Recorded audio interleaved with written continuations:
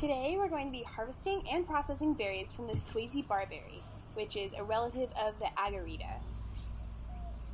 The Swasey barberry is native to Central Texas, and it only grows in about 6 or 7 counties, mostly in limestone canyon lands. And it's got these gorgeous red berries that you can use to make all sorts of different food and drink, so you can make jelly or syrup or soda pop, or even use the berries as raisins in some savory dishes. So you can see that the leaves have these really sharp, kind of outward-facing spikes that can really poke your fingers when you're trying to pick the berries. When we picked them, we made sure that we wore gardening gloves and long sleeves, keep all of our arms covered, that way we could avoid getting spiked. And we used our hands to really gently rub the ripe berries off the branches, because when they're really ripe, they'll just fall right off. Some of the berries would fall off the bush, so we spread an old sheet around the base, that way we could catch those runaways.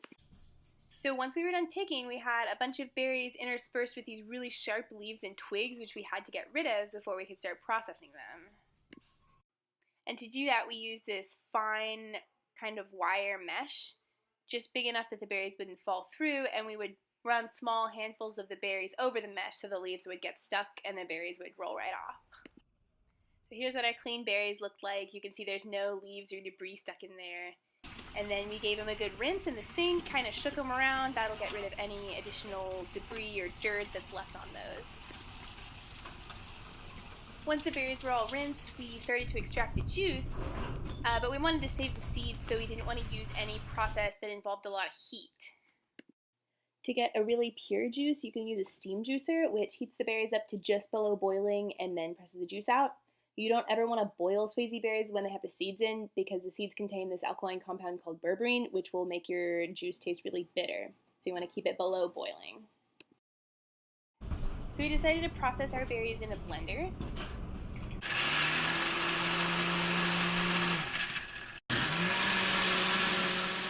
And then once they were all blended up, we strained them through a colander first. That got some of the main juice out. And then we squeezed that remaining pulp through a cheesecloth, and that got the rest. And we were left with this kind of really seedy pulp that we then spread on a piece of cardboard out in the yard, and then we can come back to that later and get those seeds off if we want to save them.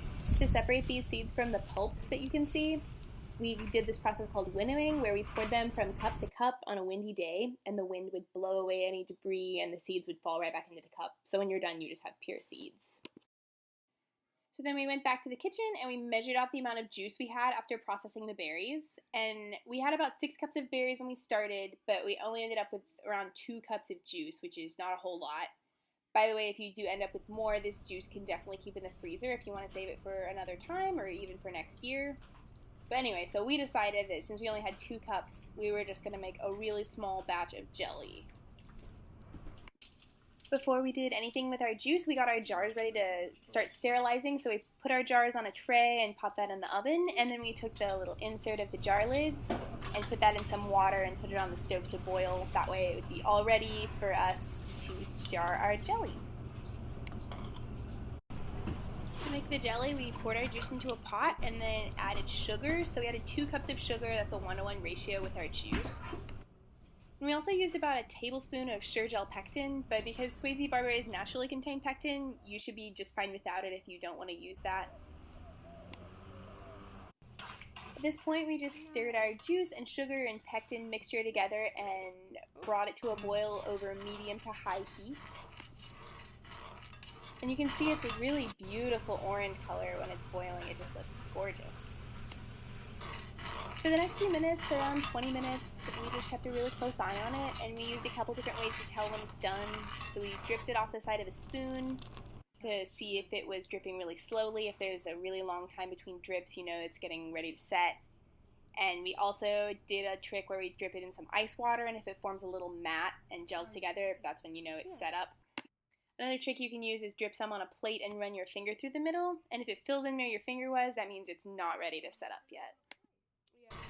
Once our jelly started looking like it was ready to set, we stopped stirring it and got our jars out of the oven, and then we started canning. So we'd take a cup and pour some through a funnel into the jars, And then we would take our sterilized jar lids, put those on, and then screw the lid on tight. And then we had 3 jars of Swayze jelly.